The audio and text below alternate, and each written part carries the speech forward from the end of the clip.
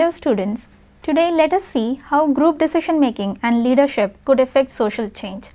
The problems and challenges that we face today, global warming, religious and ethnic conflict, the maldistribution of wealth and opportunity, the decline of citizen interest and engagement in the political process, the increasing ineffectiveness of government, and the shift from an industrial to a knowledge-based society and from a national to a global economy calls for adaptive, creative solutions that will require a new kind of leadership. And effective leadership includes making it easy for others to offer their unique perspectives and talents, speak up when they have problems, take initiative, make appropriate decisions, work with others, and share responsibility for the health of the team, organization, or community. And effective leaders should make sure that the group decision process goes smoothly. Group decision making, also known as collaborative decision making, is a situation faced when individuals collectively make a choice from the alternatives before them. And according to the idea of synergy, decisions made collectively tend to be more effective than decisions made by a single individual. Factors that impact other social group behaviors also affect group decisions. For example, groups high in cohesion been noted to have a negative effect on group decision making and hence on group effectiveness. And also, when individuals make decisions as part of a group, there is a tendency to exhibit a bias towards discussing shared information. So, group might share information with others which they already know as opposed to unshared information. And when we are in a group, other people have an incredibly powerful effect on us. Groups can kill our creativity, allow us to slack off, skew our decision making, and make us clam up, or sometimes they could even inspire us to work harder.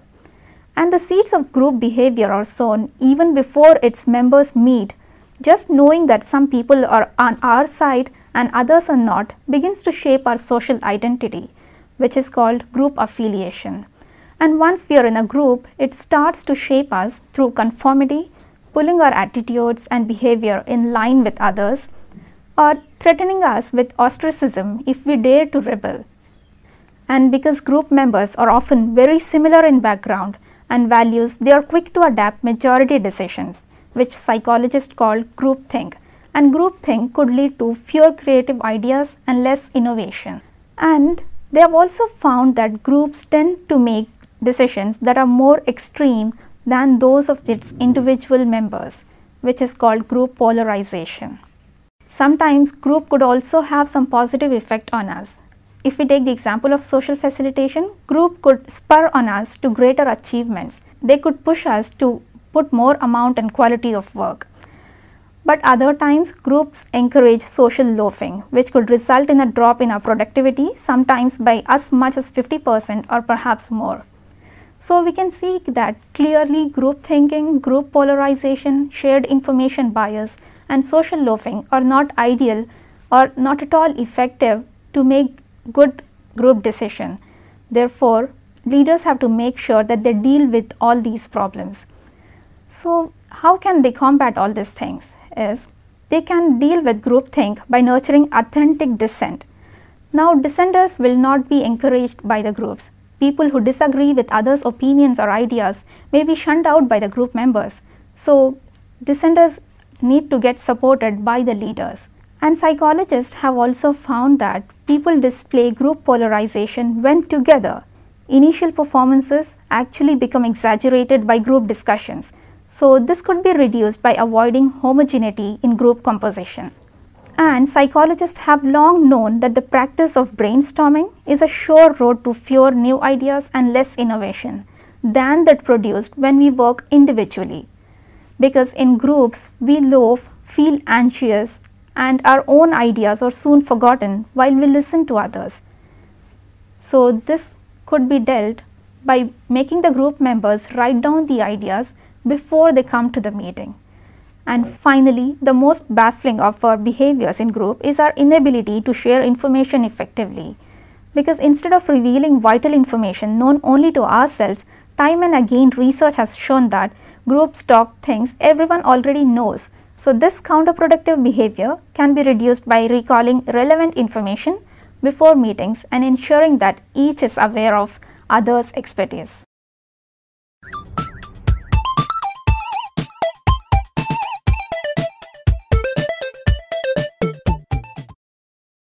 Social change model of leadership. Work began on this model in 1994, and this model has continued to be worked on, having undergone 3 versions already, and the initial research was done at the Higher Education Research Institute of University of California, Los Angeles. The social change model of leadership development is a result of creative and collaborative effort by members of higher education community to develop an untraditional and innovative leadership development model. And the goals of this model are twofold. First, it seeks to promote the increase of self-knowledge and understanding of one's values, attitudes, and aspirations. And second, it seeks to promote the leadership competencies in which the individual and the group will be mobilized towards collaborative action.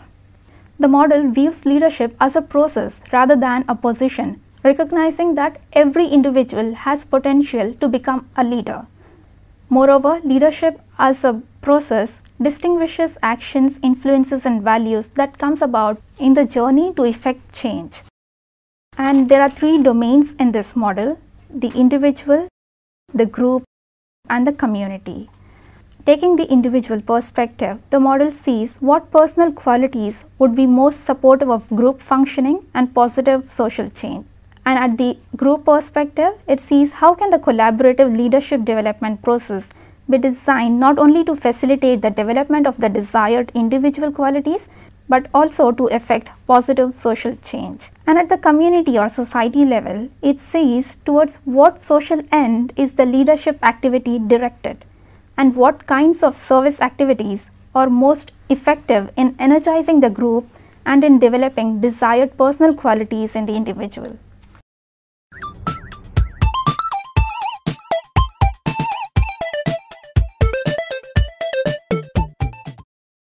Corresponding to and within the domains of leadership model, there are 7 principles or the 7 C's of leadership, which are consciousness of self, congruence, commitment, collaboration, common purpose, controversy with civility, and citizenship. Now let us see what all these principles are individually. Consciousness of self in itself suggests is being aware of the beliefs, values, attitudes, and emotions that motivate one to take action. And the key to being able to do this is to develop consciousness of others as well. And congruence is understanding and being consistent with one's own beliefs, values, and strengths and limitations. It is interdependent with consciousness of self. Now coming to see what the commitment principle of leadership says, it is the psychic energy that motivates the individual to serve and that drives the collective effort. It also implies passion, intensity, duration, and directed both towards group activity and intended outcomes. And commitment requires knowledge of self. Collaboration. Leadership as a group process, it is relational, and therefore it should encourage groups to transcend individual goals, interests, and behaviors. And it is vital that group members explore differences in individual values, ideas, affiliations, visions, and identities. Now coming to see common purpose. To work with shared aims and values enables the group to engage in collective analysis of the issues at hand and the task to be undertaken. So common purpose would be best achieved when all the members of the group share in the vision and participate actively in articulating the purpose and goals of the activity. The next principle is controversy with civility. Well, differences will exist in all the groups, and differences can be accepted and resolved through open and honest talk. And it requires trust among the group members, because conflict needs to be resolved and it should be made sure that it is integrated into the common purpose. Now the last principle of leadership is citizenship. It says that people should not merely be membership but should engage in active community work, civic responsibility which works towards social change. Therefore, the practice of good citizenship should and needs to happen at every level of the model. Now let us see the values of leadership. In the broadest sense, we see the purpose of leadership as encompassing the following values: to create a supportive environment where people can grow, thrive, and live in peace with one another, and to promote harmony with nature, thereby providing sustainability for future generations, to create communities of reciprocal care and shared responsibility where every person matters and each person's welfare and dignity is respected and supported. Values also underlie the leadership process. Given our view that leadership is a group process whereby individuals work together in order to foster change and transformation, effective leadership necessarily requires that the group function according to certain principles and values, and that individual members of the group exemplify certain qualities and values that contribute to the effective functioning of the group.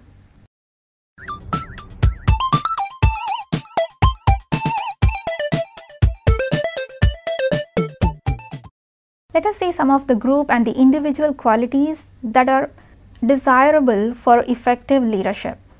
Group qualities should include collaboration, shared purpose, disagreement with respect, division of labor, and a learning environment. Now, collaboration. This is the cornerstone of an effective group leadership process. While groups can also function in a leader-follower or command and control mode, collaboration is a more effective approach because it empowers each individual, builds trust, and capitalizes on their strength.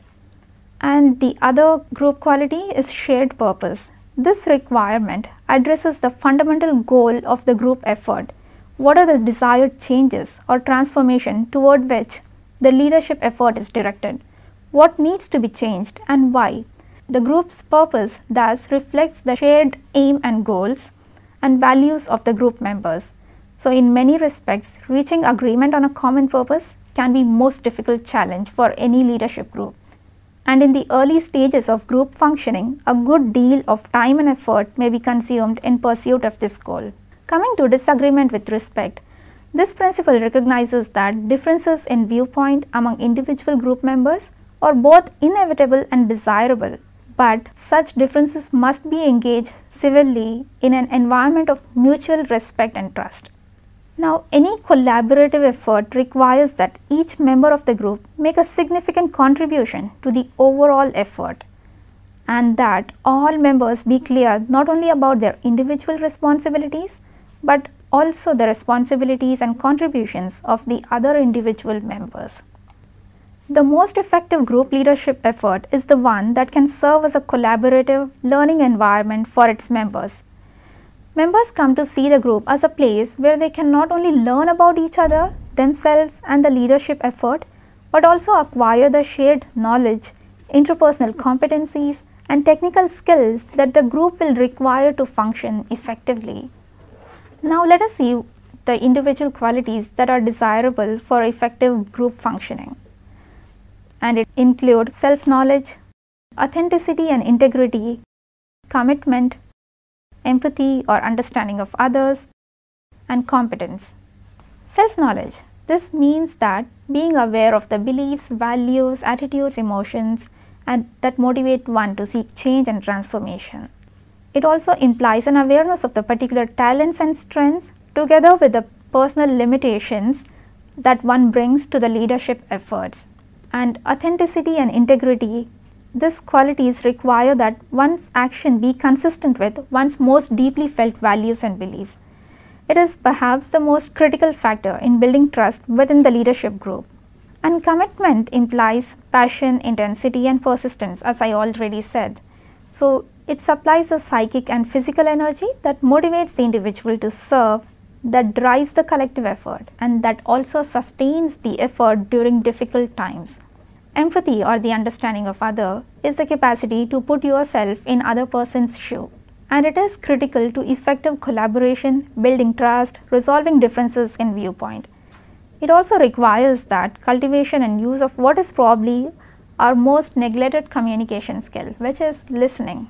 So empathy also includes listening skills. Competence. In the context of any group leadership activity, Competence refers to knowledge, skill, and technical expertise that are required for successful completion of the transformation effort. Now, what is important, having seen all these group and individual qualities, is the integration of those qualities.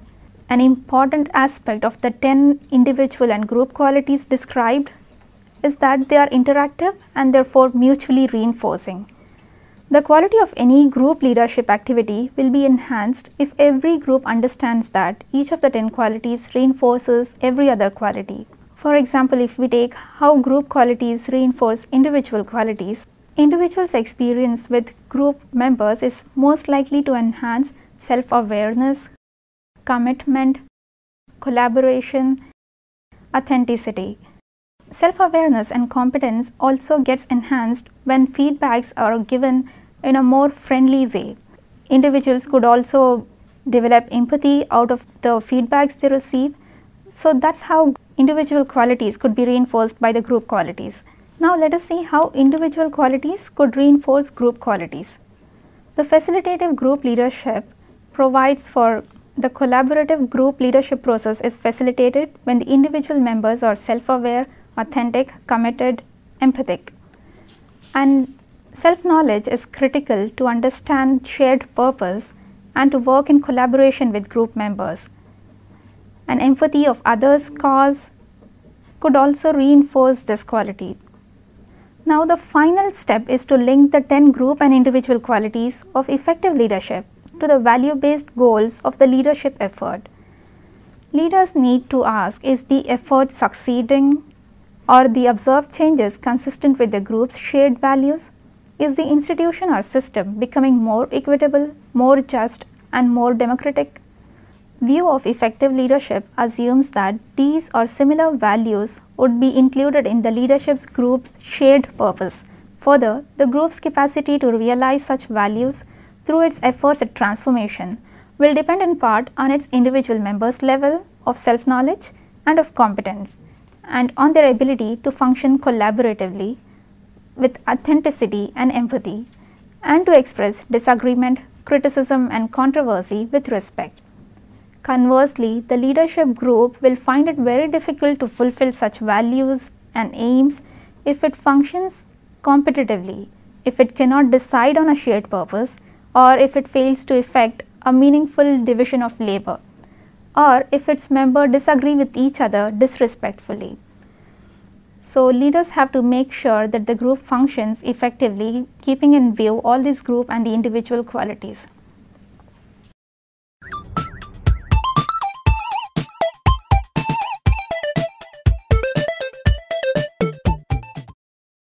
Now let us see some of the effective group decision making and leadership efforts for group success. It involves identifying the decision to be made, analyzing the issue under discussion, establishing criteria, brainstorming potential solutions, evaluating options and selecting the best one, implementing the solution, and monitoring and evaluating the outcome. Now let us take the identifying the decision to be made. Before beginning to gather information and list alternatives, it is important for a group to understand clearly what they are trying to decide so that they have a goal on which to focus their discussions. And analyzing the issue under discussion involves, once the group have defined their goals, that is the decision to be made or the problem to be overcome, examining the data and resources that they already have and identifying what additional information they may need is necessary. And identifying the criteria conditions that would determine whether a chosen solution is successful involves establishing the criteria. And ideally, if a solution is feasible, the groups should be moved forward and let to meet the needs of every group member, and the group may need to rank the criteria in order of importance. Brainstorming potential solution. Now, using the resources and the information that the group has collected so far, the group should brainstorm for potential solutions to the problem or the decision identified. Next, they would have to evaluate options and select the best one. Once they have a list of potential solutions, now they need to evaluate the best out of the alternatives. And the next step in the process would be to implement the solution. This involves identifying the resources necessary to implement the decision, as well as the potential obstacles, and then taking action. And the last step in effective group decision making and leadership step is to monitoring and evaluating the outcome. Now, having seen how groups should take decision and how facilitative leadership would help in bringing about social change, let us see a case study of Knick Knack Nook project, which has successfully embodied all these group and individual qualities and has brought some changes in the society and community. Jane Pivick, a community psychologist, was asked to be the volunteer community service learning coordinator for her son's school, an independent middle school for grades 6 to 9. And this school was one of the 3 on a small island in British Columbia, Canada. Concurrently at the time, a zero initiative project intended to enhance environmental sustainability was gaining support within the community. The one missing element of that initiative was the lack of a reuse it store on the island, resulting in residents throwing off good or giving them away. So the psychologist and coordinator of the Zero Waste initiative thought that the development and running of a reuse it store would be a great project for youth's community service and learning, which would also provide a needed resource for the island. So the first stage in this project was to mobilize students and interested community members through a visioning meeting in order to determine what this place would look like, how it would be run, and what the store would be called. So finally, a date for the community visioning meeting was set and venue determined. The psychologist spent the day with the students of middle class, especially of grade 8 and 9. 56 students were involved in the project, and they were asked to draw diagram of how they want the store to be run or how it should look like. And the drawings included from simple line to elaborate painting pictures. And these diagrams were taken to the meeting venue, and a public announcement was also made in the local weekly newspaper, and invitations were also sent out to councillors in the municipal government. And finally, 130 members attended the meeting, out of which 96 were students, 34 community members, and 3 out of the 7 councillors of municipal corporation. And quick after introductions were made about the purpose of the meeting, the members were divided into brainstorming groups. Each group consisted of a grade 9 student facilitator, a grade 8 student, and mixed age students and adults. And the questions that were asked were, how should this store look like, how should it be run, and what would it be called? There, the Knick Knack Nook was born. The participants envisioned a community meeting place that was creative, colorful with funky art, and had spaces for younger children to play or read books. And they envisioned spaces to sell books, clothing, small appliances, linens, knickknacks, and toys. The meeting created an incredible buzz in the community. People were amazed at how well the students took leadership role and were able to efficiently run the meeting. Phrases such as incredible, I didn't know how they could do it, were common to be heard. And one of the councillor of municipal corporation who attended the meeting was so inspired that they accepted to support the cause and soon gave them 1,000 square feet land for the cause. So this shows that the Knick Knack Nook project, which focused on the greater environmental sustainability, was then a great success because it made sure that there was no power imbalances and students were equally given opportunities to speak, and they were involved right from planning to building to running the store. And adults were also included in all stages of the project. So we can say that Knick Knack Nook was a great success because it involved the group and the individual qualities that we saw earlier.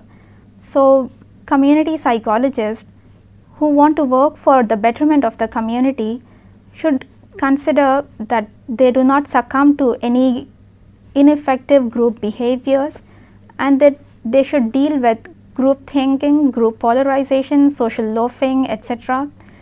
there would be no doubt that any project could be a success. And what we can take away from the Knick Knack Nook project is that by following all these systematically and ensuring that evaluation is done regularly and group shares the same value and work in collaboration cooperation, any project would be a success and community psychologists would be able to create what they always dream about. So it may be simple to say that creating a community where a richer and fuller life could be possible for all the citizens, but it is difficult in implementation. But by following all these leadership qualities and by dealing with the group decision making process effectively, this could be achieved.